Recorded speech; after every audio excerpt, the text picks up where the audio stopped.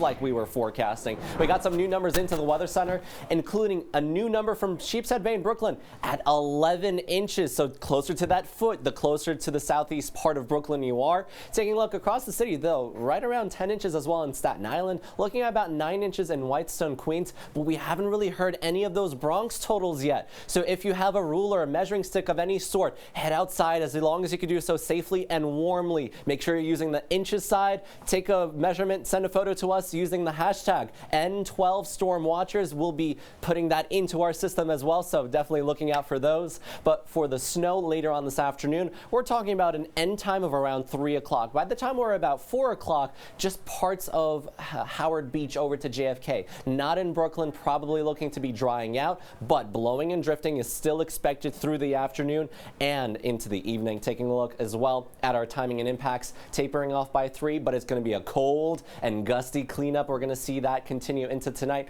with some of those wind gusts in excess of 30 miles per hour. But speaking of that snow right now, let's take another look at that radar with Mike. Mike.